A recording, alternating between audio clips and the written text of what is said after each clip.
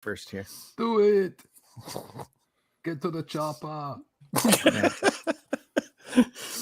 It's like this theme this weekend for some reason. Everybody shout! Come on now, sing out! It's time for the Ghoulies get together. Oh, this is so cool. They got jokes for everyone. Oh my gosh. It's laughter, songs, and fun. So let's go to the Ghoulies get together. Oh no! My Come crash. on, everybody, join the Ghoulies. They're gonna do their thing for you. They're kind of strange, they're real funny. And you'll be glad to know they love you too. Hey, everybody shout! Come on out, sing out!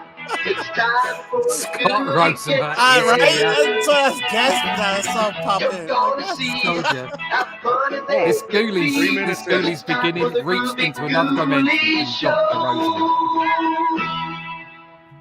You got to play the Ghoulies to get Scott Roseman in. That's what it is. It's That's what it is. It's like a hex. I remember that. Can't to keep see me you, away buddy. with the Ghoulies. That's right. Come on in, everybody. We see you out there. Hit that like button. Hit that love button. Subscribe to the Indie Comics Network. Do it now. Yeah. Grab This a is cup the of coffee Sunday. on the way in. Yeah, please do. I had to. Oh, Send some donuts our way, will you? It's the 30th Boy. of October. So this is the Sunday Funnies holiday special. And the best holiday in the seasons. Oh yes. And You know because what? it's go ahead. I really love that the first original Ghoulies openings with that that one they had there, but the very first one they had where it was much more of a rockabilly type music to it. Oh, I could have sworn that was first season.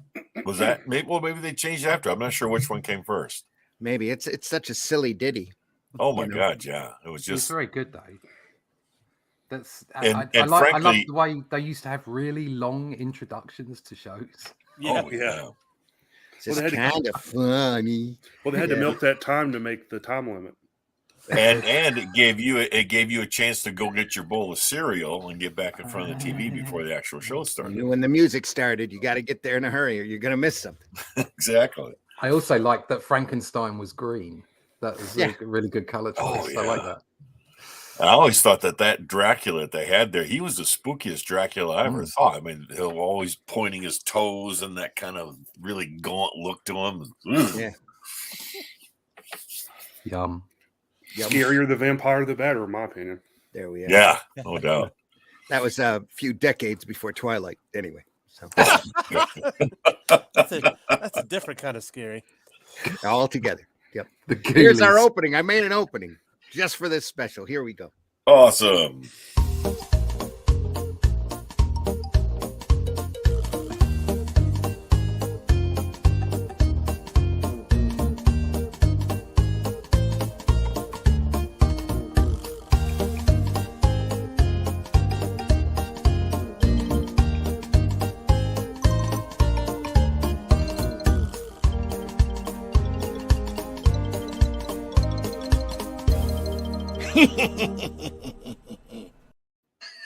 That's brilliant. Every one of those Great. covers was a winner. They were Oh, brilliant. no doubt. Every They're one. Great. That's what we're here to celebrate on Sunday Funnies is the comics that we love. And a Oh. lot of those are comics that we love. Could not wait to pick up some of those Marvel black and white magazines they had coming out at the time. Isn't that amazing? Yeah. Tales of the Vampire, Zombie Tales. Oh, it's just great. And very little Monsters Unleashed. restrictions. What's Yeah. that? And very little restrictions. Oh yeah. Yeah, because they were magazine format, so they were different. It was all hard R area there. Yeah. Oh yeah. Very lot of- much. A lot of flailing breasts and a lot of gore. Just a lot going on in those magazines you don't see around anymore. Even when they bothered to reprint them, they went through and edited out all of the stuff to make them bookstore Oh, come friendly. on. Oh, yeah. Oh, I know. It's terrible. The Draculas you're going through going, that wasn't a bikini top before. Well, there was a time that they were so restrictive of themselves. They even took some of the ads that ran in the comics the one where for the Joe Wiedner muscle building course, they had Arnold, a very young Arnold, with two chicks on either arm, and they even covered up the cleavage of the chick's bikini so that didn't show that much cleavage. I mean, it wasn't that bad to begin with, but had to cover that up, had to scoop that neck up higher, and it was amazing. That was in the comics, yeah. Yeah, man, oh man, And those beautiful black and whites. Anything. Oh man, pretty much anything was game. So. oh, I think if you are actually aiming at kids, I think there's a way of doing things. Mm-hmm. But if you're specifically making a book that's just for everyone, and you should inherently take some responsibility about whether you're going to leave it lying around for a 5-year-old to look at, then it's a free for all. You know, like if you take the responsibility and you have an adult book, then damn it, why shouldn't you have? The thing is where do you draw the line? Because I did a paper that was a family-friendly paper for about 10 years. We ran an ad from the local strip club chain franchise because they have superhero weekends where all of the dancers dress up in cosplay, and you know that's the time to go if you're into comics because you never know who you're going to be able to get a dance from, right? Oh yeah. So they wanted to run half a page ad for 3 months advertising this thing. I wasn't about to stop them. They were willing to pay full price, and I was happy to take that money. And I says, please remember, we're a family-friendly paper, so make sure that everything is acceptable. Oh, not a problem. They send me the ad, and there's nothing in there that I didn't see more risque as far as pictures that they sent. And they sent drawings and not pictures that you wouldn't find in a 90s Image comic. Yeah. Oh, sure. So I figured it was good. We were good to go. So we printed the ad. One mom, that's all it takes. Oh God. One mom walks into her 10-year-old's room and I put it in a tasteful place too. I didn't put it way out there in the open, and they paid premium price for this ad too. So I put it inside the back cover. One mom walks into her 10-year-old's room with the ad exposed, with the back cover open. She looks down, and it's not the girl's pictures that made her upset. It was the words live and nude and entertainment all in a row. Oh, gosh. And that flipped her switch, and she went off, and there was a couple of weeks there that it was pretty bad because nothing's hell hath no fury like an angry mom. Angry Karen. Going out and making an angry mom mob. So Wow. No. Wow. I wonder if she felt the same way about some of that kids, like I said, Image comics you probably had laying around, which was far more. I didn't get into a discussion with her because the best way to handle that, as they say in Endgame, the best way to handle the situation is not to handle it. Just let her blow off steam and just lay low. And then her husband emailed me with a very serious query. Why would you let this happen? So I was going to write back to him and explain to him. And then the wife jumped up on our Facebook page, bitching up a storm, just angry, all sorts of abusive letters and, just crazy bad stuff. So I decided not even to engage with him because there wasn't any sense. Anything that I sent him would be fuel to add to more of their fire. And that's not what I wanted to do with the paper. So someone, maybe not them, but someone then took copies of the paper and got a memo pad and hand scrawled angry letters, mailed the ad for the club out to all of our advertisers, basically saying, are you encouraging adultery for kids? Because this is adultery. This is encouraging adultery to kids to go in. Oh my God. Live. Kids aren't married. Right. Maybe they are in that state. I don't know. And the thing that really made me angry, though, was that it was the same stationery out to everybody. All of our advertisers already knew who I was. So I get calls. Hey, I got a letter in the mail that's really funny. You need to come over and take a look at this. So God. I didn't lose any advertisers because of it. In fact, I had a few more stay on for a couple more years after that, specifically because of that letter. Because they felt that this kind of stuff needed to be put out there in front of everybody. But the thing that really got me was the stationery that she sent it on had a, if you know who Courage the Cowardly Dog is, Yeah. had a yellow dog on it that looked like Courage on it. It wasn't Courage, but it looked like Yellow Dog. Yeah. So from that point on, I started doing a strip in the paper called Yellow Dog and K-Bear. Yeah. Not like that dog, and that dog was just crazy and going around complaining about all this stuff. And K-Bear, koala, because koalas were a running gag in the paper already. Sure. The koala was an even keel and just kept sanity, while the dog was running around. Oh, sky is falling, sky is falling. Oh my God. But this, Mr. Luke, how are you? this was a free paper, was it Yeah. not? Well, Yeah, she was never going to have her son read that paper again because it had the words live and nude and entertainment all in all. Oh my gosh. Fine, And I'm that's not her losing a customer. decision, so she should enforce it to her kid, not other kids. She made a hustler reader for life. That's all that happened. That's probably what it was. Exactly. You read Hustler? Yeah, right. Sometimes.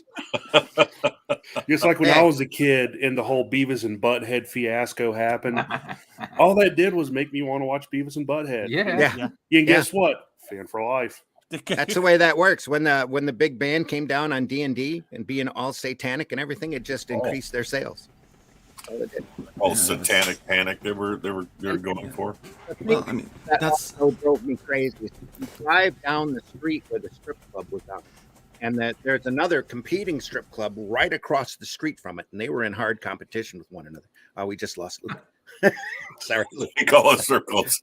There was Each club had this tremendously huge lit sign, just as digital signs were coming in.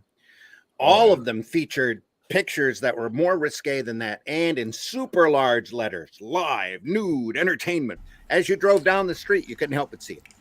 Yeah. That was awesome. It wasn't like you made that you tucked it inside the back cover or anything. It was right out there.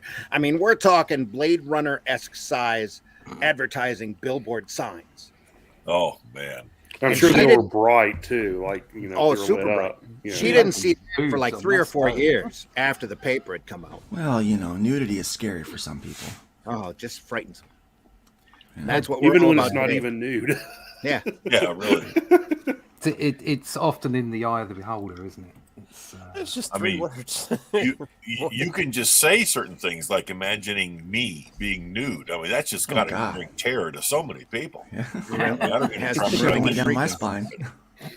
We opened the show with the opening of the Groovy Ghoulies, which is a Ghoulies. old Oh, that cartoon was so cool. That was such a great from a cartoon. long time ago with a rock band of monsters Oh, I remember awesome. them.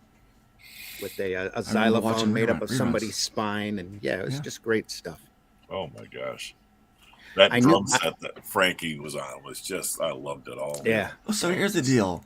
Having a xylophone made of someone's spine is okay, but having the words live nude entertainment is not. Yes. Exactly. Well, the Groovy Ghoulies also came from a different era. That was I about know. in the I'm just mid 70s, saying. I think. I'm just Oh, yeah. saying that the They're going things to that say, people don't feel point over. out logic. It just upsets them. very true. I'm telling you, my mother, God rest her soul, if she were alive today, I don't know that she'd make it, especially when she finds out that some trans woman whipped out her wong and started playing a piano on television. Oh yeah, I forgot that happened. Yeah. Oh, that happened on Channel 4, BBC. Yeah. Yeah. Oh, no Way to kidding. go. Way to I'm go with sorry. that. I'm sorry. Wow. You don't have to apologize. That's to your Channel fault, 4. Russ. Sorry, right? I'm sorry for the whole of the UK at the moment. It's just completely apologizes. gone bonkers. I heard the other day that apparently we all have an issue with Rishi, our new Prime Minister, being a certain colour. Apparently the whole of America thinks we're all mad, racist people with bad teeth. No, I didn't hear don't about really that. I'm know sorry. how that works because that's not what's happening. I know It's that's not true. everyone, Because I like- watched that like last part of the last season or the first season of Jodie Whittaker, and we made sure to let us know that you guys weren't racist. But so Over. Over. Hold on a second. What Russ. color are they? Purple and green polka dot? Yes. That'd be the only reason to have an issue, I think. Yeah, see your Yeah, doctor if that exactly. happens. It's like, wow, that's kind of weird, guys. all a bit bonkers. Well, Nobody else in noticed the America- antennae. Russ, to speak for the smart people here in America, there's a lot of idiots that see racism in everything, even though it has nothing to do with the topic. Yeah. So, We do have a share of those people over here, unfortunately. That's the way they were raised, though. Yeah, it's often You it's see, often that a particular response to illness- criticism. That particular illness is transmitted through computer and device screens. Is that what it is? It's And it is. It's transmitted through screens, and so there's a lot of people that wander over into those weird places and have gotten sick with that disease, where they just see racism everywhere. It is built on the foundation of this unbelievably primitive, innate fear people have about something that is different from their point of perspective. It's Yes, an like- easy fear to prey upon. Like American biscuits, which are just wrong. They're Okay, just they're white wrong. flour, Rush. Wow. You No. can't dip a Russ, biscuit it's in still nothing tea. delicious. ashamed of. It ain't a Frank, biscuit. call back to Thursday. God. Now, just hang on one second. hey, My wife taught me to hang on to those kind of things. All right, Hang on to your biscuits. I'm in touch with my feminine side. Hang on to her take biscuits. some of Never those let the biscuits fluffy flour biscuits. Pour some white sausage gravy on it. That is a breakfast. I'm Oh, telling you what, man, it's delicious. Look at the face on Russ right now. He's in disgust. He left. He He had to left. get offline so he could throw up. He's okay Good with going, live Mitch. entertainment, but B's Hey, and hey, G's are too much. We for know him. how to drink tea here in the South. Okay. Yeah. See, look. It's Hey, got enough sugar to kill a horse, and it's on ice. you see how we eat in the South. They keep saying No. the South will rise again. No, we're too tired. no porcelain cups here. We're talking about plastic tall bottles. I think when they said Lovely. the South will Guzzle rise it again, like they're a- talking about flour. My father-in-law's family's There you go. from the deep Georgia South, and we went down there one week, and they fed us breakfast every day, and we rolled out of there about 5 pounds thicker than when we rolled in. But they are as skinny as a rail. Well, Absolutely, because their metabolism is able to handle that, and they come from a hardcore farming background where they're working as soon as the sun comes up until the Well, sun goes down, I watched some and they video. burn on- that breakfast right off. I you watched know? some video on YouTube the other day, and the rest of my family watched bits of it as well. And it was old footage from the 1930s, from during the World War, and also from the 1960s. And I know I'm going to get a hard time for this, but the one thing we did notice, there was very little weight on any of the people. You didn't see anybody who wasn't slim. No. You know what I mean? Like Yeah. up and down. And it basically it comes out of the kind of lives that they had. Right. They just worked hard all the time. Their metabolisms were high, and Oh. that was the way it worked. And they didn't have the fast food that they could hit That's every the other every thing, morning yeah, for yeah. breakfast, and all of the Yeah. grease, all Boiled that beef just- and carrots, mate. yeah, all of that My- beef, all of that grease that they ingested was genuine. It was right off of the fat, right off of Genuine the bacon. grease. Genuine grease. Honest, I mean that sincerely. The best I like kind. If you haven't genuine had grease. bacon fried eggs, which I haven't had in a long time, Oh yeah. they are fantastic. Fried Is green that proper? tomatoes, just Is amazing. that proper If you bacon? haven't had- That kind of weird bacon that I had in McDonald's when I was in the States. It's probably that your idea of bacon real is probably bacon. closer to It's Canadian never that kind of It's a little bacon. too thick. No, for us. actually, Yeah. I've had English We call bacon. that a ham slice. No, I will say I've had English bacon and it is good. It is Yeah. good. But it is not quite American bacon, which I feel is a little bit superior. And even my British friend who lives here, will admit to it, oh yeah. Okay. because we wrap that stuff around everything. Yeah. No. Oh yeah. Wrap it Oh around. yeah. We So- come up with excuses to wrap something in bacon. Right. So Mate, it's easier. not a hard But reach, is it? No, but let me tell you this: if you've never had Sugar Chris in the house. bacon Sugar. bacon fried eggs with bacon that you slaughtered yourself and eggs that you grabbed yourself, No. you've never had them. Yeah. I'm telling you. Yeah. It's the best thing. There's a whole Mine is different, the best whole thing. different flavor to that. My family spent a month one year when I was a young kid out in Montana visiting my mom's sister. And during that month, we spent a week and a half out at her husband's grandfather's farm, helping him bring in the hay. and we all slept in this farmhouse. And one evening, you could hear the pigs squealing out in the barn. And the grandfather just simply got up, went outside, and after a little bit, you didn't hear any more squealing. The next morning, had the best bacon I've ever had in my life. Yeah, it was awesome. I've butchered 2 pigs in my life, and I've picked a few dozen eggs. But yeah, we had friends that owned a hog farm up north when we lived there, and so we would go help, and we'd be able to take some of the haul back with us. So now, yeah, for about 2 years, I ate. When you say butchered pig, sometimes that's a phrase in my family that just means eating them. So No. I put a 22 slug in its skull. They made the new guy use the knives and the they made me do it all. It was fun for them. So I hooked its little legs and ran the thing up in the air, gutted the thing. Oh my god! Stripped it down, split it, and then took the saw, this big hacksaw, and cut all the big pieces off, and then we cut that thing into 6 pieces. We put it in the cooler overnight, so that the next day we could cut and butcher it properly. And then I was part of a big butchering party. My wife and I were problem. Party. Big butchering. Is that what party. they called it after? No, that's what After Pig you were called it. done? It's a butchering problem. No, the problem was who was going to fight over the sausage. Oh my god! See, now this is perfect Halloween conversation. There we Yeah, are. I was just thinking, what a great segue it was. Butchering segue. animals into horror. That was very good. If you ever heard the And then we phrase made a log xylophone pig. out of its spine. That's right. Piano pedals out of the finger bones, all sorts of stuff. Yeah. All good times. Oh Worked out man! well. Worked out well. You for us in the know, end. speaking of the horror kind of stuff, on that your opening intro, Randy. Andy. The We understand. Keep More trying, coffee, you'll get more there. coffee. yeah, Still morning. Yeah. but you had that. You had the one cover of Dracula that Neil Adams did, where the Dracula's holding the woman's fig, on the castle wall. As good as that drawing is, I've always thought to myself that always seemed like it was a bit bland for a Neil Adams drawing. I would have expected something a lot more. Excuse me, guys. Sorry. Pardon you. Yeah. Couldn't get to the Bless meat you. fast enough. He was probably in a rush.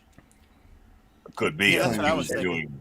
And not to sound cruel or anything, but this is going to sound cruel. He probably had a stock picture somewhere of Dracula that he uses for advertising. And you need a picture of Dracula, huh? Okay. Here you go. Gotcha. Thank you. There Well, it is. he Sure did you that paid by the fast. cover. Yeah, Checks he in did the it. post. He did a cover painting for Dracula Lives, a black and white magazine that was far superior.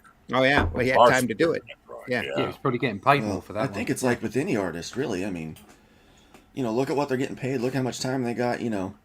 Oh, yeah. Most artists try to give their best with everything they do, but Oh, I mean, when you you're guys know doing this. 1,000 drawings a month like Adams was doing at one point, my God, I'm not sure. I guess I mean, it yeah, was I mean- surprised. what is it? Someone said you've got like 1,000 bad pages in you. 2000. Yeah. 2,000. Dave Okay, Sims 2,000. said that. Cerebus. Well, I don't know. I'm limited now. I've pumped out quite a few of them. Oh yeah. Yeah. Well, I haven't pumped out 2,000 bad pages yet. Unless you get count there. all of my pages as bad, I haven't pumped out 2,000 pages yet. So You'll get there, Luke. the majority of those are going to be bad now. I think the quote was, "You have 2,000 bad pages in you, and once you get past that, you're almost a professional." Almost Just about. professional. Yeah, Just you about, almost yeah. know what you're doing. I think is the direct quote. You almost know what you're doing. That harkens back to one of the great lessons I learned about that I applied to my careers when I was in high school. I took karate lessons, and the big thing that they always said there was that for every good punch you throw, you have to throw 1,000 bad punches, and that's and actually that also harkened to one of Mickey's great quotes from Rocky, was where he was saying, for every punch in the ring, you've got to throw 1,000 punches on the bag, and that holds true with everything. So when people ask me, when young students want to say, "Oh, I want to draw comics," I said, "Well, you got a long ways ahead of you. You got a lot of practice you got to go through." And it's like some of them just don't want to grasp that. It's like, "Oh no, I want to draw good right now." I want it Yeah. today. Well, You Yeah, got to it draw a takes lot of crap time. first. Yeah. Yeah. Unless You you're just look some at- kind of I'm sorry. Go ahead. I was going to say, unless you're some prodigy or some you know, natural genius like Frazetta or something. No, your drawings are going to start out bad, and they only get better if you keep at it. You just look at, a lot of the people we talk about, that we admire. Look at their early paid work. It's it's nowhere near the stuff that we remember of them. It's because like we're talking about, it takes time. Yeah, I've seen a lot of early Buscema work, really early, and it's like it does give you inspiration to think, yeah, maybe maybe one day if I've got 100 years, maybe I could sneak up behind him. It is good to see that even those people that you would consider genius level, had to start somewhere. So. Sure. I mean, and with the seasonal theme, you look at some of these early Bernie Wrightson drawings before he became Bernie as we know him. Oh, I mean, the stuff was okay, but man, it was just it really he really wasn't all that great all the time. But of course, nobody is though. No. But it becomes even more depressing. You realize how little time went by between those really bad early ones and his really great later on stuff. The guy just blossomed unbelievable from day one, it seemed. I think a lot of that comes down to, like you're saying, the amount of time you put in. Yes. I don't get to draw 22 pages a month. I wish I did. But having the volume that I have had grow in the last 10 years to the point where I really feel that I'm getting the benefit of being able to draw every day. It makes all the difference. It makes all the. Sure, it does. Yeah. Oh, and I think having a really self-humbling attitude towards what you're doing. It brings me back to this one great moment I saw with the Stones. We're going to a concert like 4 or 5 years ago. And just 4 or 5 years ago, the Stones were walking into the back of the arena through the loading dock area.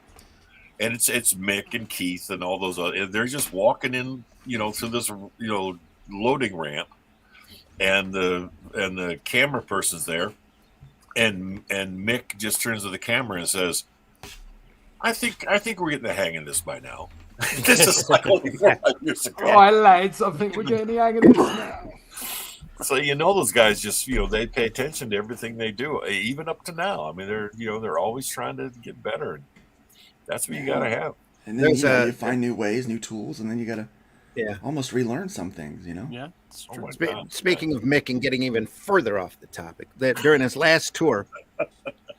There's a great story that ran where he stopped into I think it was in Oklahoma, stopped into a bar, had a drink, had a beer because he wanted to.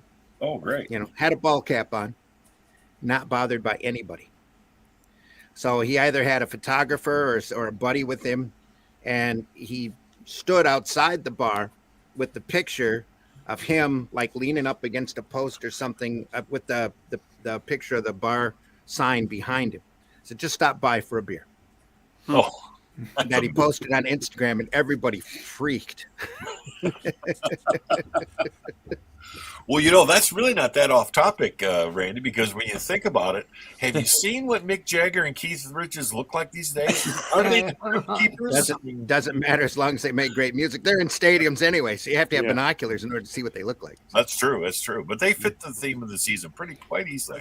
Zombies. Well, I'm pretty sure that Keith Richards is a vampire, because just look at how old he is and how many drugs he's had. He's still alive and kicking. Oh, God, yeah. But what kind of reaction's the world going to have when he passes? I don't think what killed him. Yeah, right. Nobody will it's ever like believe. the world's coming to an end. Keith Richards is gone. Holy I mean, crap. we'll have the same stupid reactions of, oh my God, what a terrible year! All these great people have died. It's like, people die all the time. It just so happens they happen to be the ones you know the names of. That's true. Like back the truck up. Right. There was a streak. There was a streak a couple years ago. But it was. But it just really happened fast. to be. But it just happened to be the people that people knew. Right. I lost my dad. I lost my mum. Like we've all lost people. It's like it didn't. It wasn't any more extreme to lose people that you just happen to know. I think people get very uptight just because people happen to be renowned for something that they've done.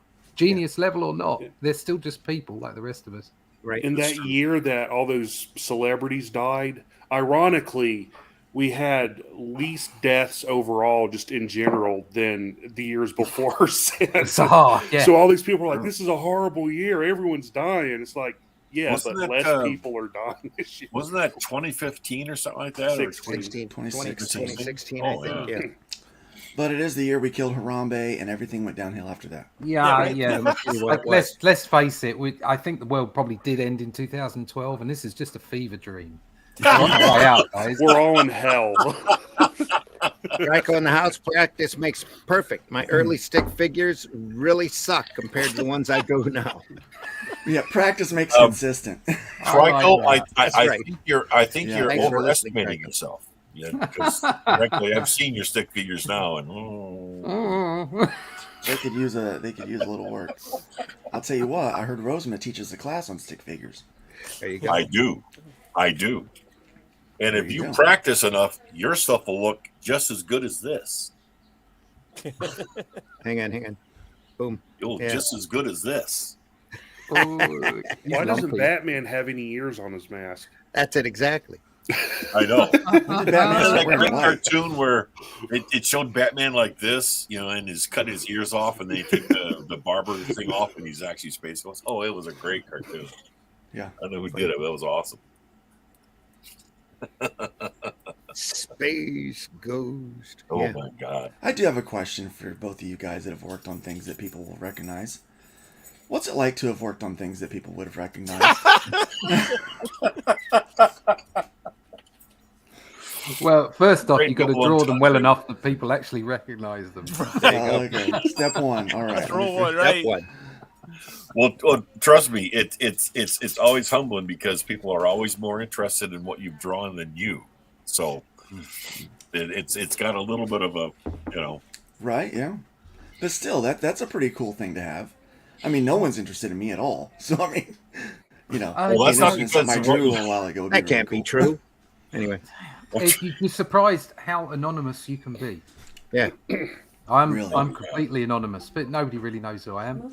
Because I've drawn a few big IPs, a few big brands, I'm pretty anonymous. Yeah. Yeah. So it Every doesn't- convention. what it is it's a much better paycheck, and that's the end of it. That really is the end of it. And sometimes even that's not the case. And You know, sometimes even that's not the case. I've had a rewarding time doing the IPs that I've been on.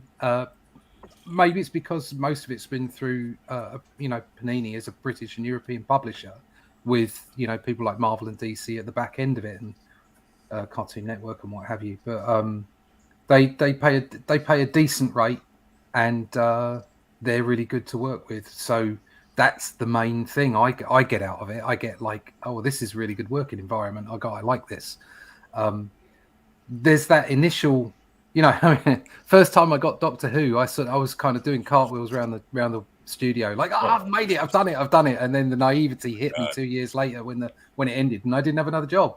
It's like it doesn't work like that. You don't you're not automatically in because you did something that's well known. I mean, Doctor Who is the equivalent, I suppose, of the British Mickey Mouse. Everybody knows Doctor Who, or did. So there is that to it. That's why it's so important to be involved in your own creations, I think, because you can never tell whether you're going to get another job or not. Oh yeah, and the Pretty thing tricky. is, even as you work on things that are well known by a lot of people, that doesn't really translate into as much of a personal satisfaction for you as the person doing it as people might think. Because in terms of money, I've been paid gobs better money for doing stuff that nobody's ever seen. Yeah. People would never recognize. Yeah. I did stuff like that where they were using, because they were pitching to people like Marvel, and I did a whole bunch of Spider-Man stuff and some Harry Potter stuff, and I got paid really well for doing that. It's never seen the light of day. I did a series of mock-up comic book covers portraying salesmen of a high-tech company that I got paid oh, I've never been paid that well in my entire life. That probably was worth like 2 or 3 years worth of income from other jobs. But Yeah. it was a high tech company, computer stuff, salesman. They had bushels of money to throw at this thing, and I got a big chunk of it, and it was great. It made my year. But nobody's ever seen it outside of these salesmen and their yearly convention, and they all showed it off. There's on their business cards, but you'll never see it. You'll never see them unless you're in this company. I would say pro rata. The two best paychecks I've had were, one was for a tech company where it was repurposing graphic novels from Europe into AI driven stories. And I had to take stuff that from these other graphic novels, and sometimes I had to reproduce the style, and other times I just had to play with the panels so that they worked into like a tablet format. And that was really well paid, and pro rata it must be storyboarding for a film. That's the best I've had so far. Well, like Randy, you were doing those sign graphics for that park or for that some nature place there. I created an entire team of superheroes for the National Recreation and Parks Association. Yeah, that's pretty cool. They paid me by the hour. It was great. My accountant said I either invest in myself and my business, or I invest in Uncle Sam in taxes. I was making so much money. Oh yeah, I like the way that works. Yeah, but so I ended up buying my Wacom tablet off of it, a whole new system, and it was a good, incredibly good year. But for them, they used it as a national push amongst the parks and recs all throughout the country. Sent them a comic with the characters in it. Won an award for best presentation, best promotion that year from, I guess there's a award ceremony given to all of these associations in Washington. I got a great drunk text from somebody during the party. We won. Oh my God. And with a picture of the book that I had done up on their wall and slide presentation with most outstanding presentation of the year. Man, I think it was 2018, 2019, somewhere like that. Awesome. But I haven't heard anything after that. They own the characters, and they said thank you, and that was the last communication I ever had. Right, So, thanks a lot. See you later. Yeah. But I will tell you, Luke, I mean, back to your original question, there's something about the fact that so many people see something you're working on that you'll be established somewhere else. There is a kind of there's an interesting satisfaction knowing that you're kind of adding your own number of threads to the tapestry of that particular property. Without doubt, I agree with Scott there. Yeah. You do get the opportunity to reach more people than you'd ever thought you would, which is always a nice thing, because you get to it's a bit wet. It's a bit emotional, but you get to touch people's lives with what you're doing. Okay, even in only a small way. And there's something really cool about doing that, because we're all storytellers, and that's really what it's all about, is being able to communicate with as many people as possible. So there's something cool about that. Being part of the history of a character. Yeah. So even though working on Doctor Who didn't get me many more gigs, although I did get Doctor Who magazine later on, which is quite cool, which I always wanted to work on. Yeah. I was instantly part of the Doctor Who family, which is really like that external production Doctor Who family. So instantly you had that applied to your name, and that was quite cool.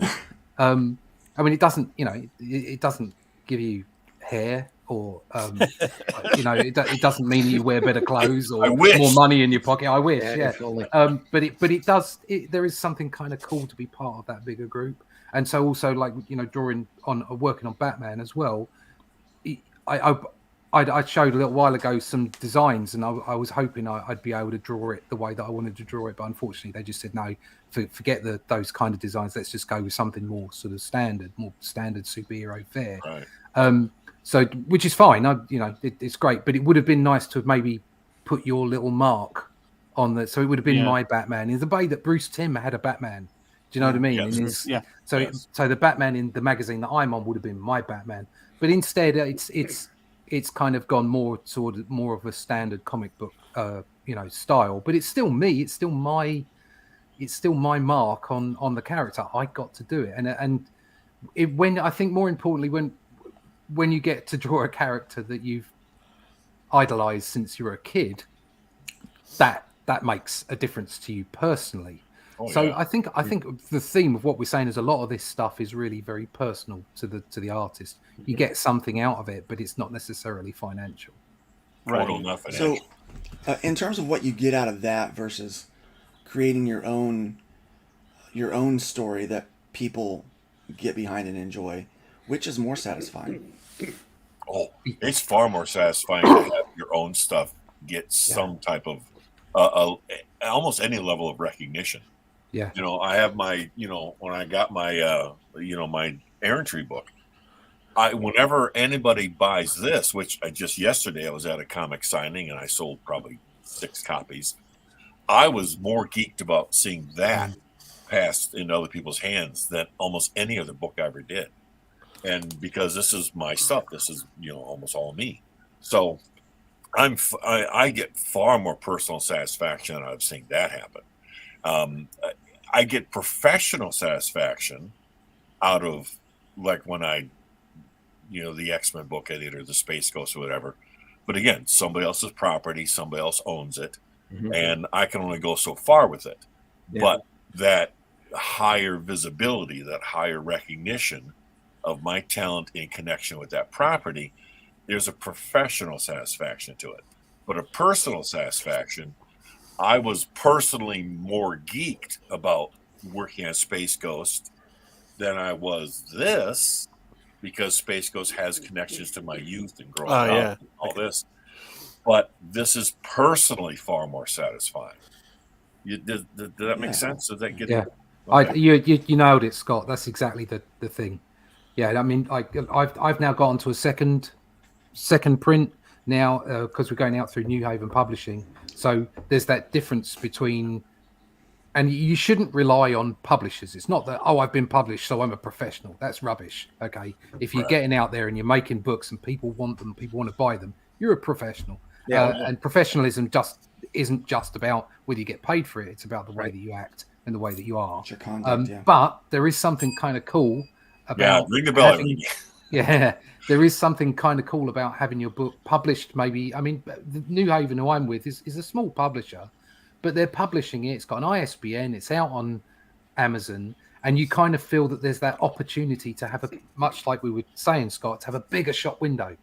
So that's kind of cool. It's all about reach, I suppose. It's all about reach, and the idea of reaching people with your characters is personally very, very satisfying. I mean, you already know that, Luke, because you obviously you've had your crowdfunders and you've done well, and you've got those books out to people, and people are enjoying them. That's there's no substitute for that. And just being able to maybe publish it and having it out on Amazon, that's just an extension. That's all it is. It's just an extension. But the idea that people are getting your stuff, your character in their hands and enjoying it, rather than just seeing you draw Batman or draw Spider-Man or whatever it might be. Well, I didn't have this question until just now. Do you mind if I hijack the show for a second, Randy? Oh, like it hasn't already. Even no, go ahead. So let me ask this question. So let's say there's guys out there like me and C and Mitch and some of these younger guys out there that are, they're trying to get into the business but working on kind of their own stuff. Is it even worth it for them to abandon working on their own IPs to try to get a job at a place like Marvel or DC or one of these other publishers to work on these characters? And let me preface that, let me qualify that just a little bit by the fact that I'm seeing some of, like, I was a huge Scooby-Doo fan, right? Loved Scooby-Doo, collected Scooby-Doo memorabilia all the way up into my 20s. And then this latest iteration happened. And I'm like, damn it, I would have taken a lot more care with that property than what these people have. And it's almost offensive to a lifelong fan, that they do what they do, right? So you hate seeing characters get butchered. So that's kind of like in my, Like there was a point in my life when I said I would never want to work on the X-Men because I would be afraid I'd screw it up. That's the And- same way and I now- am about stuff. And now you're at a point where you don't want to work on the X-Men because it's shite. Because I don't know if I could fix it. It's just absolute crap. And I it's don't know like, that I why could do you want fix to? it. All of those Yeah. icons, in my opinion, well, I tell everybody anyway, all of my heroes died at Crisis and Heroes Reborn anyway, and they've all been replaced by soulless zombies. But all of those properties now, that's something I really quickly came to a realization to. You grow up. I grew up wanting to write Captain America, wanting to write Superman, wanting to do. I have Justice League stories and Fantastic Four stories in my head that I will end up writing, but it won't be for them. Mm. And all of those brands are now so eroded and so mutated and so deliberately destroyed that you don't want to touch them. I would much rather have them stay back there in nostalgia. But is it worth And be guys able like to me enjoy and them. C and I- Mitch and those others to I'm even ever the pursue optimist. doing that? I'm ever the optimist. I think there is a way of saving these things, okay? And I don't think they're all completely broken. And also, I'm a whore. So as a Well, no, At if least you're somebody wrong. comes at me with as an yeah. artist, It as goes an without artist, saying. as an artist, okay, I am an art monkey. I have a pencil, okay, and if somebody turns up and says, "Will you draw for me?" and I say, "Is it for more than peanuts? Is it money?" and they go, "Yeah, I draw." Is it So for real dollars? Yes. there are different ways of. I think there are different ways of looking at it as Dance, a monkey, professional. dance. As a professional I didn't artist, say I wouldn't I- work on it. It's just that the drive is gone. yeah, I'd Yeah. say, it's- I'd say, it's from my just tainted. perspective, my drive is I want to make money to live. So I kind of, I Absolutely. don't have an issue. I mean, I've worked on lots of things that I wouldn't necessarily have created myself and don't necessarily agree with, but I'm getting paid to do stuff. Yeah. Okay, and I have bills to pay, and this is my chosen field. God help me, it's my chosen field. So yeah, I mean, and although saying that, okay, I've been very fortunate. So, for instance, Batman at the moment. Okay, Batman out there in DC world. Okay, who are my employers? Hello, DC. Some of it I like, and some of it I don't like. I'm not sure about some of the writing. Some of it's great. Okay, but I'm very fortunate to be working on the wheelhouse that I love, which is all ages comics. So I'm working on kids comics for Batman. Okay, and so Right. they're very simple stories. They're great fun. Okay, they're short, and I'm really enjoying it. So even if I had an issue that I wouldn't have with those kind of stories, because they're absolutely nailed down in the place that I want to be. So I'm really lucky. I feel like I'm helping. Yeah. You know, because Okay. I feel like I'm doing something for the character. I feel like I'm really helping and being there and putting my all into it. That said, okay, I do understand what you're saying. If you're disappointed with those kind of characters, do you really want to be involved with them? And then on top of that, it's like, are you a writer or are you an artist? Maybe you're both. Okay. From my perspective as a professional artist, I'll draw whatever I'm given. So I don't kind of get quite as involved with the characterization and the and what have you of the stories. I'm been given a brief and I draw what I'm being given. And you can see that was, I mean, I'm quite open to say that I think the X-Men are on their knees at the moment. I think it's rubbish. Okay. But some of the art in it is really good. Yeah. And so yes. you've got artists that are being given tripe stories, but they're still turning in great pages. Yeah. I haven't read Okay. Thunderbolts yet, but one of my cover artists, Thunderbolts #3, Nitho Diaz, just actually, that's his first Marvel Interiors. Oh well, So, yeah. congratulations, that man! Congratulations to him. Congratulations, that man! Good on Yeah, you. and so he's thinking, I'm just getting work, you know. Yeah. So Yeah. I understand the question you're posing, Luke, but it's like I think it depends on which direction you're coming from and what you're after. If you're an artist, which is all I can really speak of, I have written, but that's not my profession. As a jobbing artist, as a professional artist, I kind of do what's put in front of me. Oh, sure. So, but as a creator, as a writer of my own series, very much I wanted that to be right and to be a certain way, and that's where I can focus my creative passion, as it were, my, you know, like coming up with characters and scenarios and stories that I really want to get across to people. That's in my own thing. So I think there's an opportunity for people to do all kinds, to do both, just so long as silliness doesn't get in the way, if you know what I mean. And this is a great. Oh. Sorry to interrupt, Scott. This is a great topic to talk about on Comics by Night on Friday morning when we talk about the nuts and bolts of doing comics. This is our Halloween special. We want to talk about Sorry, Randy. our favorite Halloween comics. No, it's all right. You An asked hour in. permission. It's okay. Yeah, an hour in. Well, I mean, what they're Not doing to just these that, is but frightening. we have to end this at 10:30 anyway. So we need to cover some of the Halloween ground anyway. Outside of just showing groovy ghoulies at the start. Does anybody have a favorite horror comic that they loved when they were growing up? Mine. Mine, yours. Mine. My book. You know, I think that was around when I was growing up. Oh, nice. Oh, very good. Sorry. I'm Snap. Tales sorry. from the Crypt. That was so easy. I'm sorry. I apologize. Tales I from the Crypt. used to Mitch love, has got one. There you go. Oh, wow, that's nice. Tales from the Ooh, Tales from the Crypt. Tales from the Crypt. Mitch and I share a passion on that one, yeah. Is that 101 yeah. Tales from the Crypt? Huh? What book was that? This is the EC Archives, Volume 2.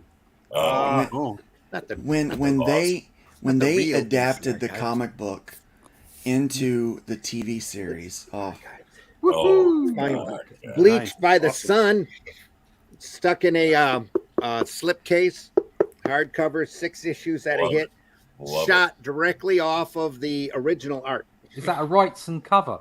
No, that is No, this he is never worked on. this is Oh, a nice. fantastic Jack Davis cover. Look at that. Wow, awesome. Yeah, he was one of my favorite, probably my favorite EC artist. Oh, Jack As is Davis. the other side here. This is a Jack Davis Look at cover. that. They went through and shot all of these off of the originals, and on the covers they had Marie Severin, who's the original colorist for the line, go through and recolor all of the covers for them. Oh, yeah. Oh, that's cool.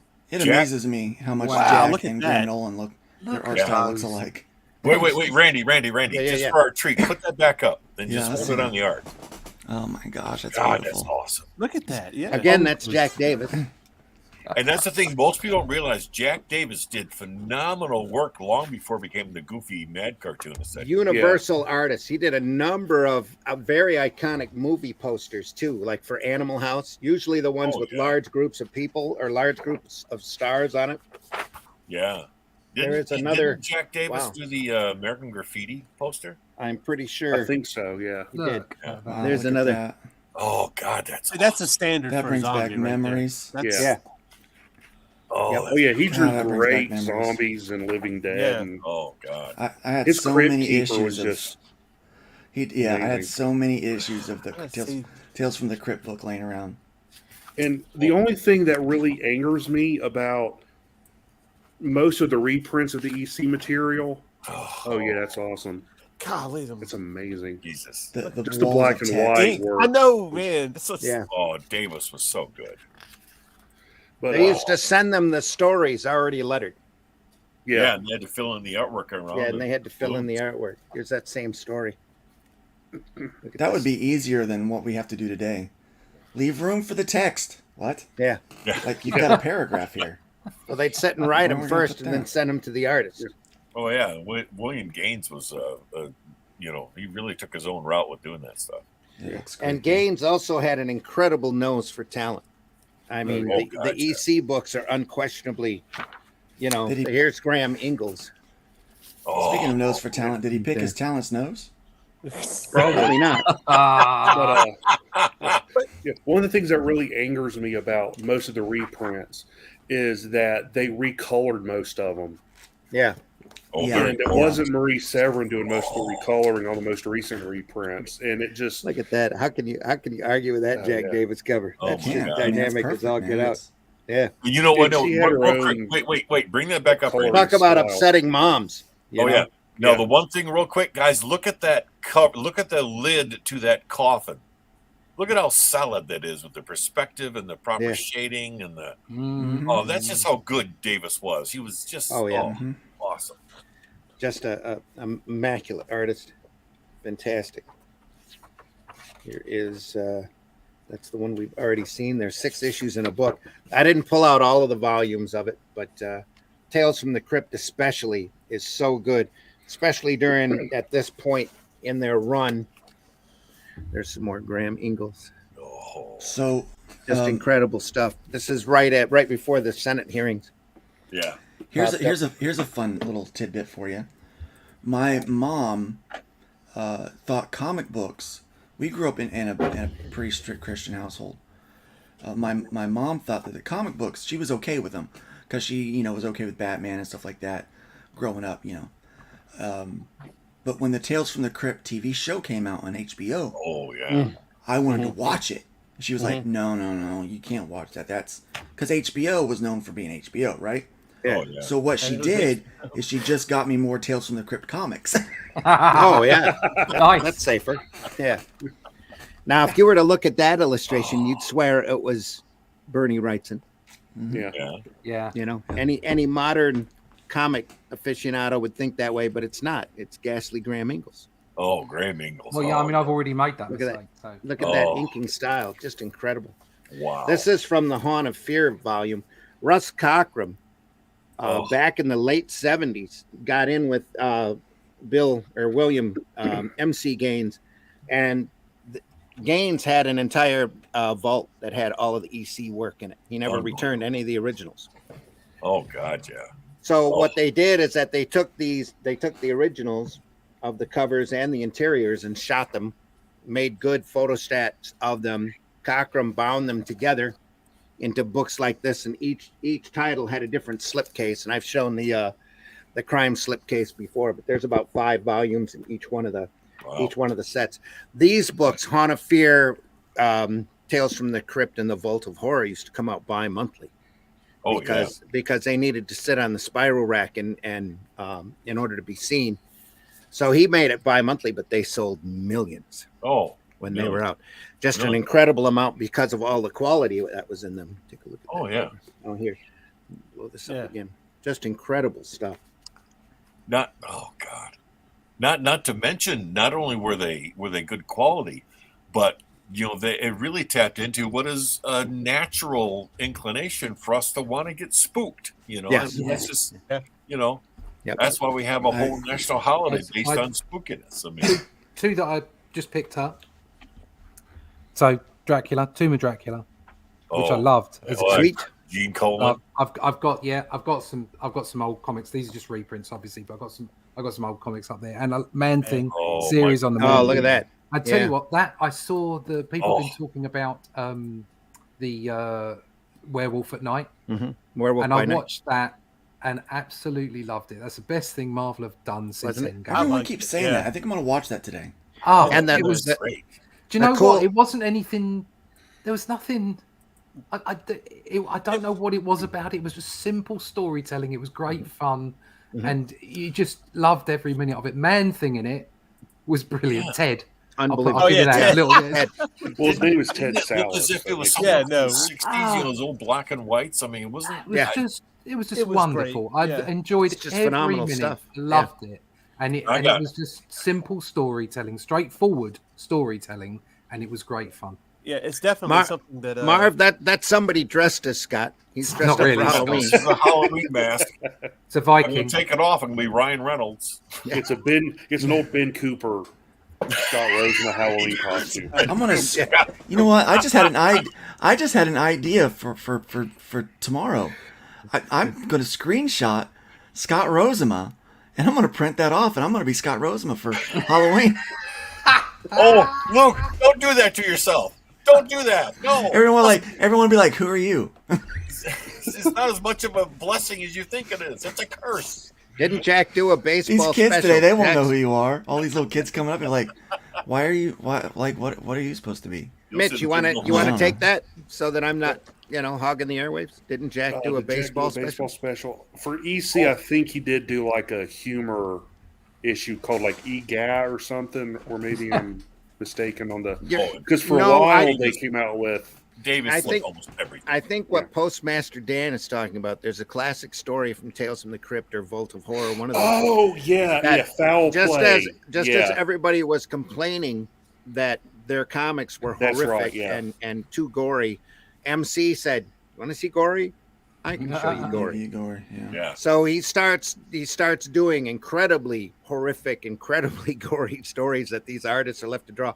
And there's nobody out there in his stable of artists that can make the most goriest of stories look the most cartoony than Jack Davis could. Oh yeah, my God. So He's they did a story about a baseball player that ends up he's kind of evil or whatever, and they end up having his revenge by taking him and eviscerating him and using his different body parts as part of the ball diamond.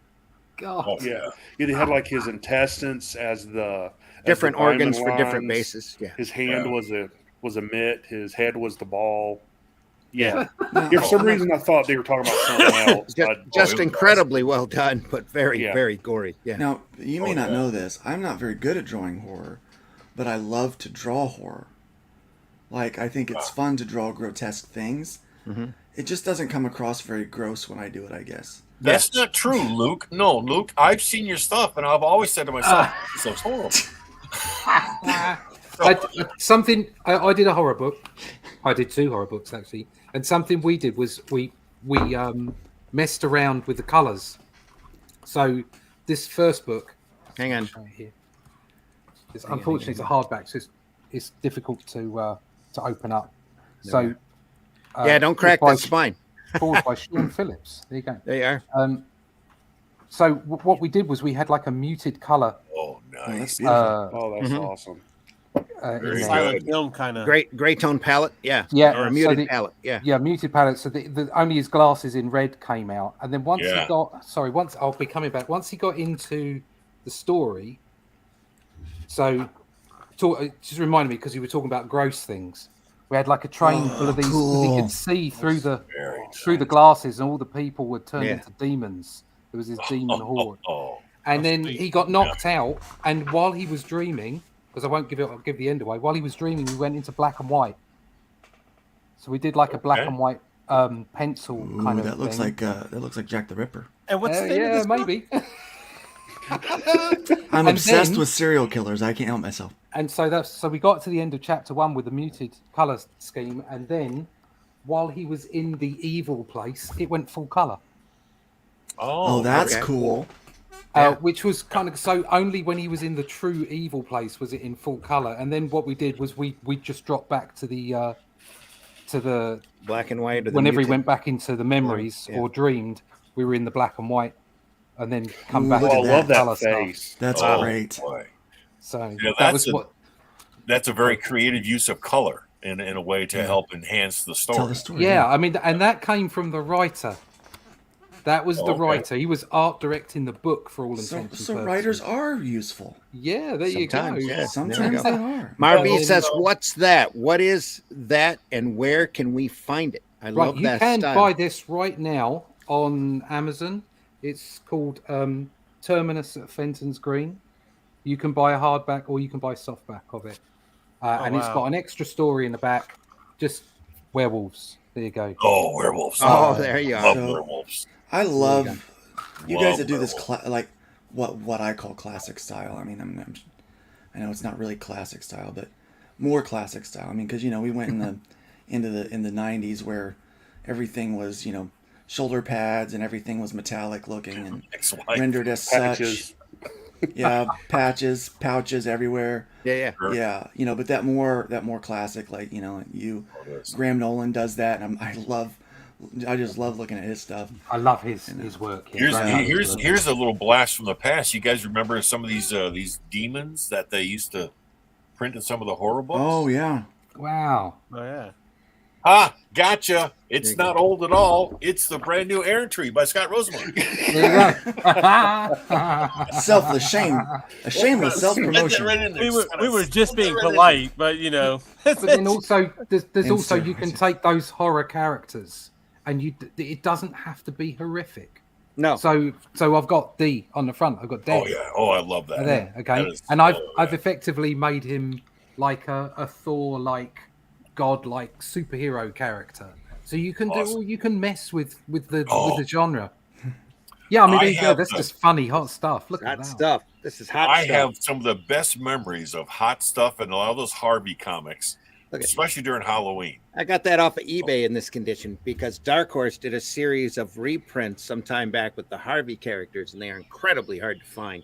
But it's Oh. all of the early material, and again, it's in black and white. Oh, not in color. Oh. But still, All that misprinting and all the colors knocked out of it, and oh man. also Casper, Oh, Casper. the friendly Yeah, I had ghost. some He's the Casper. friendly ghost. These are great stories if you've never read the early Casper, because these are in color also. Casper Oh is a yeah. friendly ghost, always out trying to make friends, and everybody freaks whenever he does try to make friends. They all go running off because he's a He's ghost.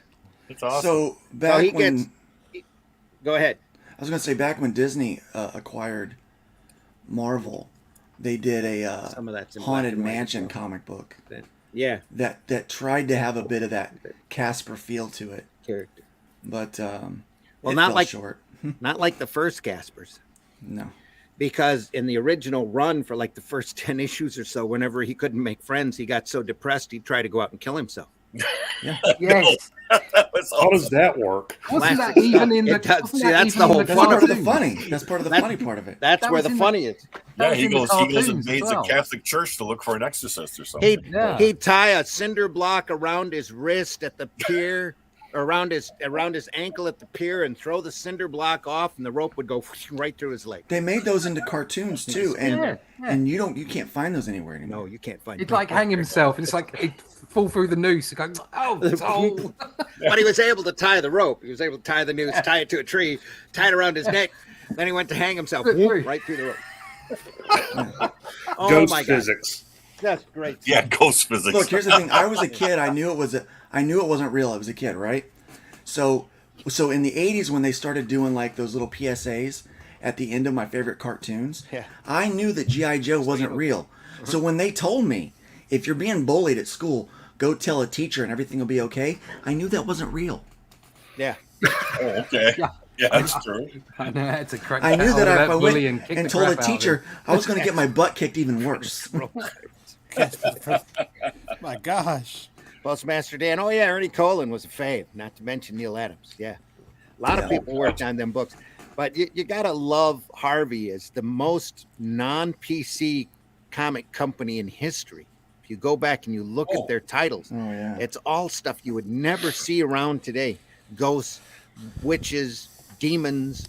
Oh yeah. All is just the happy little characters. We got little spooky up top here. That's my bad, guys. What's There's going on? R2. Who let the R2 birds stuff. in? Just great old material, and it lasted for many decades, but you'd never. There's still a company around that's got the license, but you don't see them around very often. Baby Yeah. Huey. No. Baby Huey is Huey, another yeah. fat shaming. Little Lotta, remember Little Lotta? God, She was Little Lotta. fat and she was proud. Oh, it was You know, amazing. she used That was she some used body her confidence. Yeah, right. eatability and her weight and her size to her advantage constantly on that show. They don't Or- realize how forward thinking that was. Yeah, or Little Dot, who is obsessed with dots. Yeah, Just amazing. mentally obsessed with dots. Wow, that sounds original. Any dots that she could find. She's just dots, Their dress Little was dots. dots. So she was Yeah. autistic. Yeah, Okay. just crazy. The Richie Rich part of the 1%, Yeah. Oh, Oh, yeah. man, Richie Rich. buy anything. I never really whatever. did get into the Richie Rich stories. And oddly, Wasn't my out of vibe. all of those Dark Horse books that they did mass reprints on, the one that's impossible to get is Richie Rich, because I guess Really? they printed a few stories in there that were so non-PC that it's just the value on the book is just sky high. You just can't find them anywhere. What Which I is really crazy liked because was, Netflix had a Richie Rich series not too long ago. You think they would have cashed in on that somehow? They But did. I Yeah, have it's a to live credit- action one. Yeah. I think it was mistaken for a biographical piece on Boris Johnson. well, them's the breaks. But Come I on, never will say in my this. life has a Ri- prime minister ever quoted, well, them's the breaks. Yeah, Richie Rich Them's though the breaks. is responsible for a major change in my life because one story I remember reading was where Richie was going to get his girlfriend a present, a gift, and he gave her this box, and it's a white box, red ribbon, and she opens it up, and there's nothing in it. She goes, Richie, what is this? Some kind of joke? She says, no. You said you like chocolate, so I got you an entire box of white chocolate. And she started eating the box. And I thought, oh, cool, white chocolate, which I tried it a little bit later on, thanks to my mom. She got me some. And I thought to myself, this is the worst hit I have ever had. I know. Why would you do that to chocolate? Why? Oh, it was horrible. And so he luckily turned me off of white chocolate when I was a kid, and I've been blessed ever since. The problem is Cocoa beans don't American exist. chocolate. It's God. that's the trouble. Maybe Get so. your ass over to England. Get your ass to Mars. Get over to England, okay, and eat some English chocolate. There you go. Apparently it's not allowed to be chocolate. It's Vegelate, because the Europeans wouldn't have let us have it as chocolate because there's not enough chocolate in it. But it's fantastic. White chocolate Milky Bar. Get yourself some. The book that started it for me was The Purple Crayon. Is that a children's book? Yes. I've heard about it. I never read it when I was a child. My wife has. But it kind of has that Harvey feel. Okay. Yeah, it does. Yeah, it has the the big head and yeah. Wait, for a little bit of modern. Thank you, Allison. I'm wearing. Allison says white chocolate is disgusting. Okay, a little modern horror reference here. Some of the not too long ago. There we go. Modern horror reference, Indian Large Russ. Right. No, we're talking about the books that we love. Right, it's Oh yeah, the Black Lanterns. Oh, this was just great. Yeah. There you go. I just backed a horror book last night from an indie creator by the name of Odin Dasko. And Odin has that very old school heavy metal. He still does everything traditional Old art, style, even his lettering. Yeah, everything is great. old school. And he's a younger guy like me. I say younger guy like me. I'm 42. But he's Younger than me. He's kind of in he's kind of in that age range. And just tremendous looking stuff. And Zim has seen some of his things because he's working on a horror piece for an anthology that I'm doing. And I backed that last night. It's called Unconditional Shove. Unconditional shove. Unconditional shove. Yeah, shove. That's awesome. And it's like 60 pages. 60 pages of black and white horror.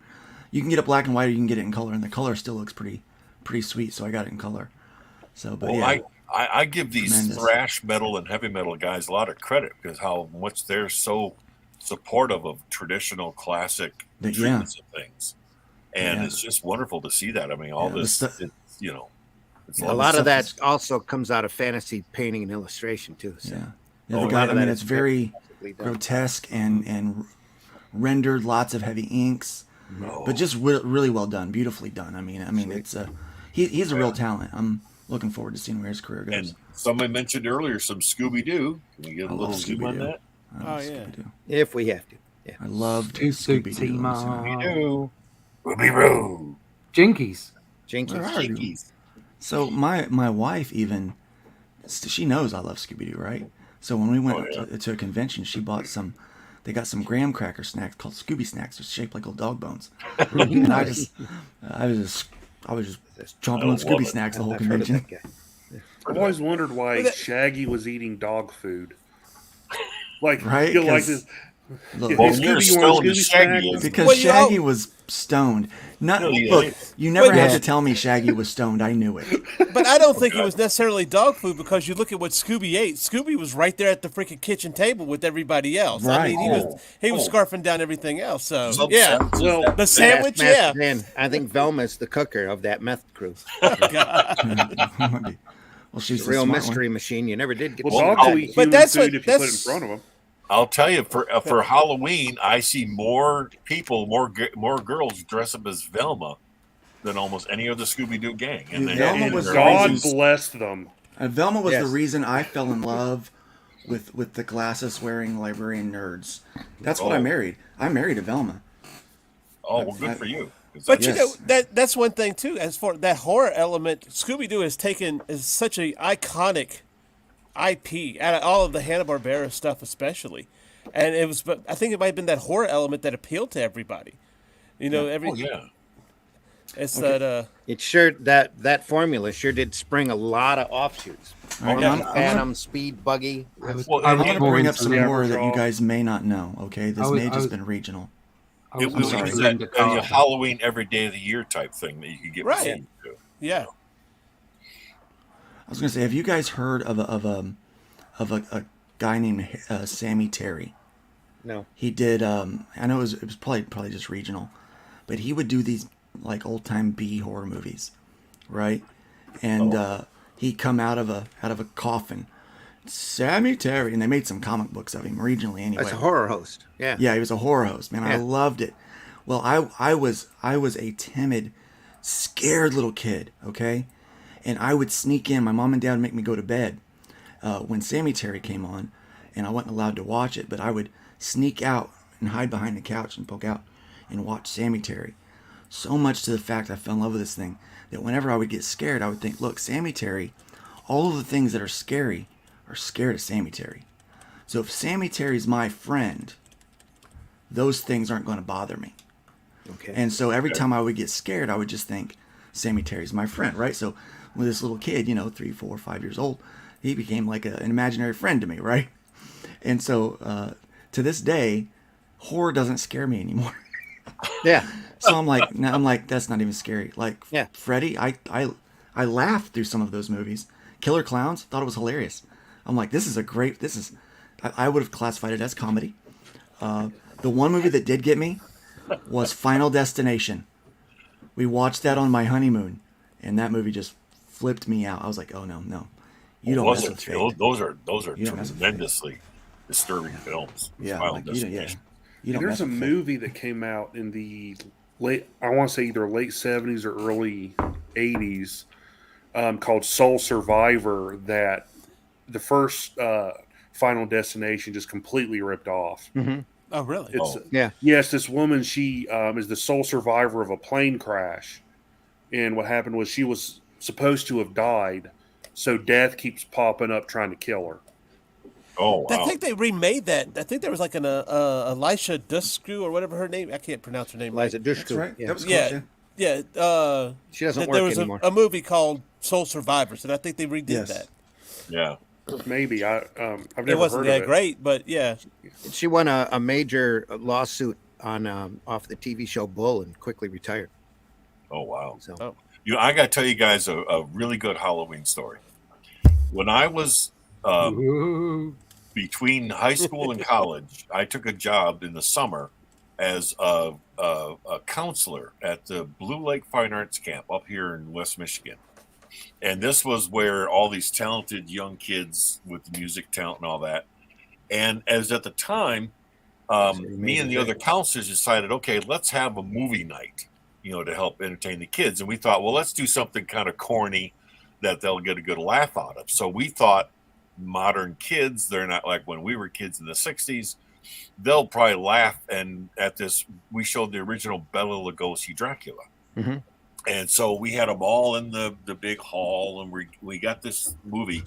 And the thing is, we thought they would just all be laughing and chuckling, and they were terrified, blood curdled, screaming at this thing. And we were shocked that they thought this thing was horrifying, because for us, by this time, it was just nice and kitschy. But boy, almost every scene that was supposed to be scary in the movie, they just were losing their minds. They were so frightened. Mhm. Especially the one scene where Renfield is crawling forward towards the camera, the screams, you'd think that they were literally being killed in the seats. It was just amazing. And we just had the best time watching these kids get scared shitless by this. that shows you some of the timelessness that these directors had. yeah. You go back and look at Frankenstein, Bride of Frankenstein by James Whale. It's still incredible.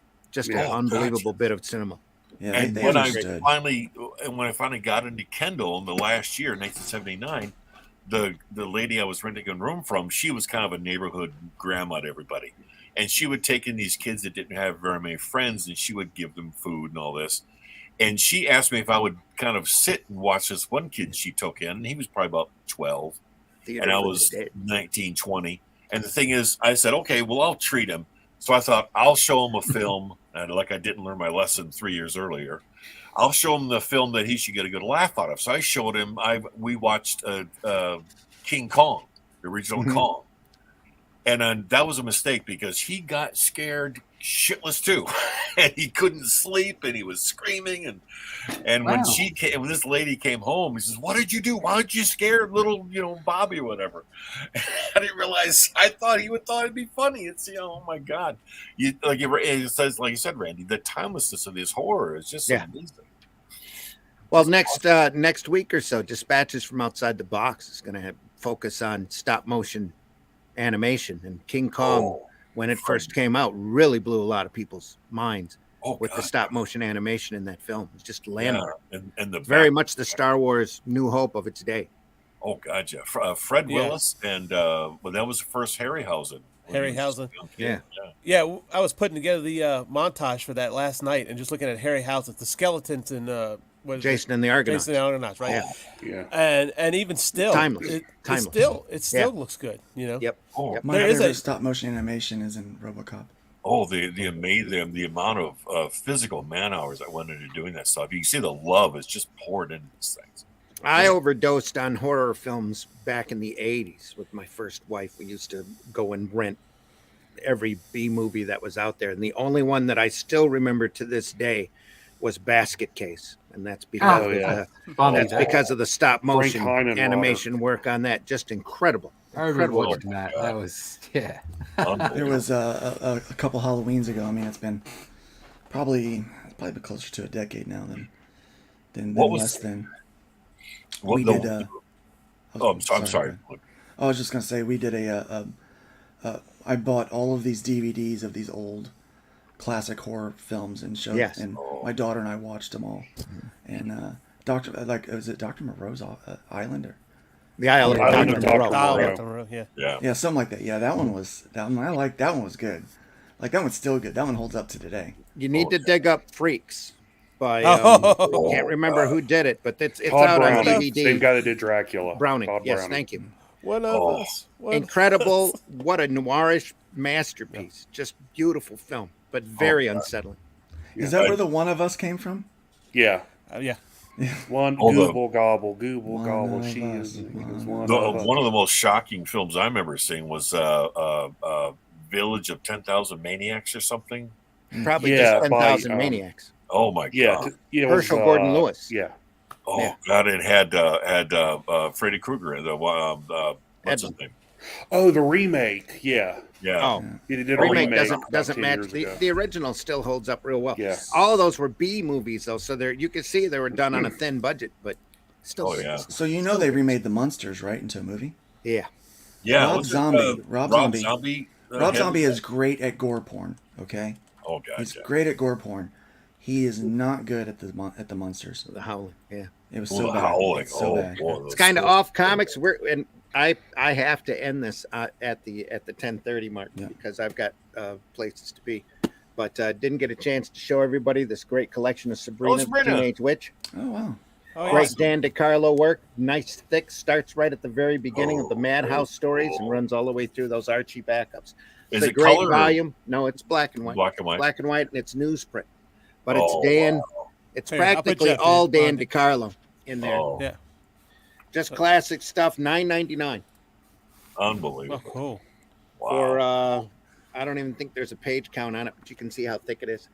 Oh, it's awesome. It's like a mini Essentials. That's what it is. I love it. That's why I bought it, because I didn't have enough examples of Dan DiCarlo, and they say it's volume 1, but I've never seen it. You never have enough Dan DiCarlo. You ever get a chance? Saga of the Swamp Thing? John we didn't get to that today. I've got all of those here by my side. I've got all 13 volumes here. Showcase Presents has done House of Mystery, House of Secrets. Well worth your time to dig up. Also available. Yeah. If you ever get a chance, Phantom Stranger. It's classic rights and cover. Phenomenal. Wow, look at that. I don't even know that. That's just completely new to me. What, Phantom Stranger? Yeah. You've never seen Phantom Stranger? No, I don't know. Really? That. Oh my goodness. Oh boy. Oh, that's one for Amazon. There's an indoctrination period ahead for you, my friend. friend. Really. Yeah. Most of it is Jim Aparo. Oh. Oh, wow.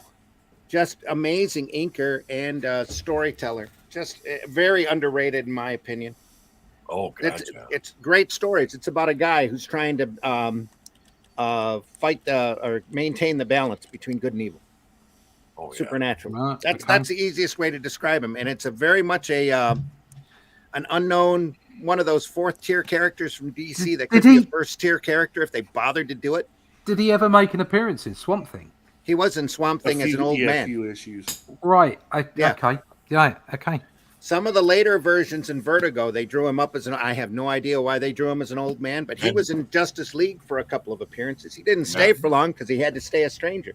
Because And he did. It was either him or the Spectre did the most gruesome things that you never saw. That's the Spectre. There was Spectre. a great sequence from the Spectre, and Jim Aparo drew it. Yeah. Where he is wreaking vengeance upon this one murderer or killer, and you see that the Spectre calls up these ghost-like giant pairs of scissors, and you see the close-up of the guy's face, and the scissors kind of come closer to him, and off panel you see this chunk happen. The guy's just been literally cut in half by these giant scissors. It's just the most terrifying sequence.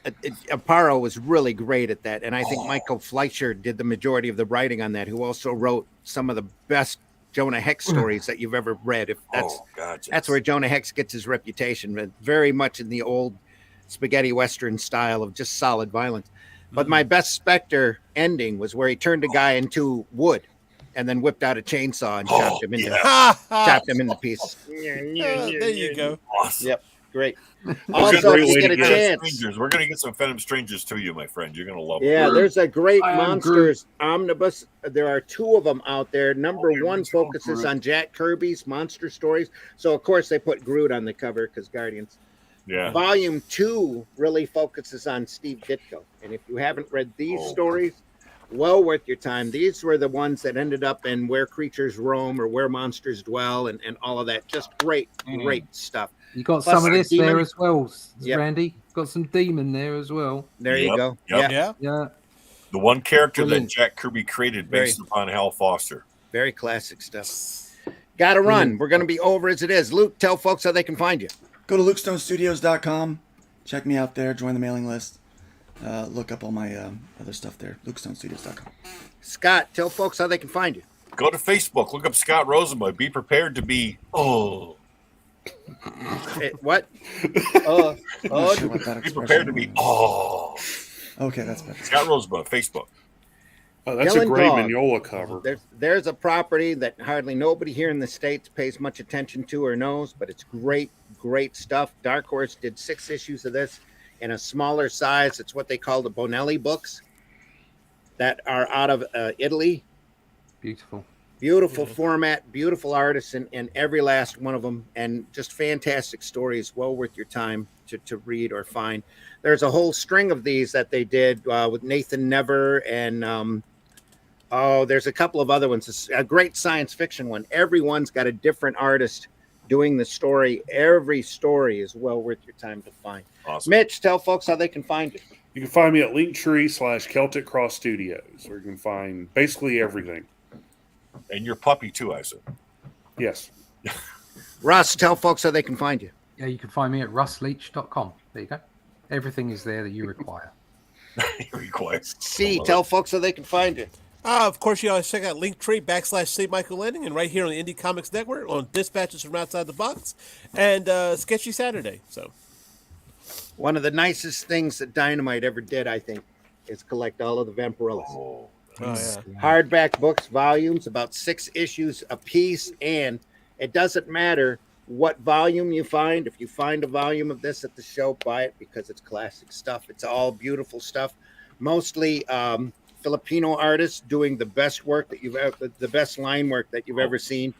This book's got Vincent Alcazar, Luis Barremo, Howard Chaykin. Oh, that strange Filipino artist, Howard Chaykin. Yeah. Richard Corbin, Jose Gonzalez, Jeff Richard Jones. Corbin.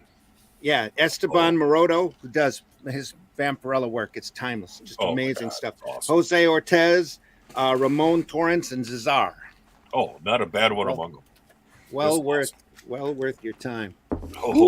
Just beautiful work. Hello. Beautiful, fantastic work. Hello. See, tell folks how they can. Did you tell folks how they can? We find already you? did. Yep, we're You already good. did. Yeah, I'm speaking just in of a hurry to Richard go. Corbin. Oh, Hang on. Rich Corbin. It's awesome. Speaking of Richard Corbin. Blow that up. Oh yeah, there's Oh, creepy and boy. eerie volumes out as well. Just great stuff. Just look at that. Yep. Well, I was hoping to. Well, look, there's boobs. Sorry. Yeah, that yeah. was a cracking look at that. We'll live. Hello. Some beautiful color work. I wish my color theory was this good. Oh, I know. Nobody can match. quite a Corbin high on notch some to of go the for stuff when that you he talk did. about Corbin. Before we go, also, if you ever get a chance to read Nemesis, That's a good 2000 book. AD, that is a horrifically great book. Oh, yeah. Just fantastic, great, crazy stuff. Just fun. This always- volume doesn't do justice to the line work because it didn't reproduce very well, but it's there. I always Some wanted of to it is see a incredibly copy good. of that magazine from Europe called Dracula. That was that. I don't know, Russ, if you know of that or not, but No, I remember Tomb of Dracula, and that was it. Really, the Marvel. it was like a fantasy collection. It was called Dracula. I thought it was all Umbrella horror. better than Playboy. No, Yeah. Have a great week, everyone. You too. Everybody have a great week. I've been your host, Randy Zimmerman. You can find me over on Facebook. If you look hard enough, you can always contact me at thezimcast@gmail.com. We want to hear from you. You can catch me next time on the Zimcast, 10 p.m. on Wednesdays, where we talk about the business with a little bit of opinion. Then Friday mornings at 5 a.m. These are all Eastern Standard Times. Friday morning, 5 a.m., we do Comics by Night, where we talk about the nuts and bolts of putting together commercial art. Or at least we try. Sometimes the conversation wanders, just like it does here on Sunday Funnies. But it's always fun. We always hope that you're entertained. We always hope that you like it. Make sure you hit that like button. Make sure you go over to the Indie Comics Network and subscribe. All of our subscribers there are real people, actual living people. We want you to be part of it. So go over there and subscribe, and so that we can get super chats and all of that other great stuff. When you get a chance, go over and you have a website or a campaign to fulfill, run over to Gemini Comic Supply and buy those Gemini mailers, because that's really the safest way to mail your product out to your customer. That way the postmaster can frisbee it onto your porch, and you don't have to, most of the time, you don't have to worry about the quality or the condition of the book. That's right. So- Save you 10%. Yep.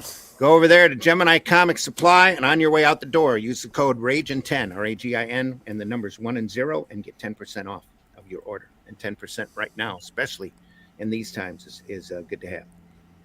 All right, everybody, we're gotta run. We'll sorry to cut this short this time. Next time we'll Don't worry about the coffee cups. We'll bust try it to go a in. little longer. Yep. Must take me. Scott's responsible for the condition of the room after we leave. And now he'll never come back. Take care, everybody. Have a great week. Have a happy Halloween. Be safe, everybody. Make sure you leave this industry in better condition than what you found it, please. And we'll see you next time here on the Sunday Funnies, 9 a.m. Eastern Standard Time. Take care. Bye.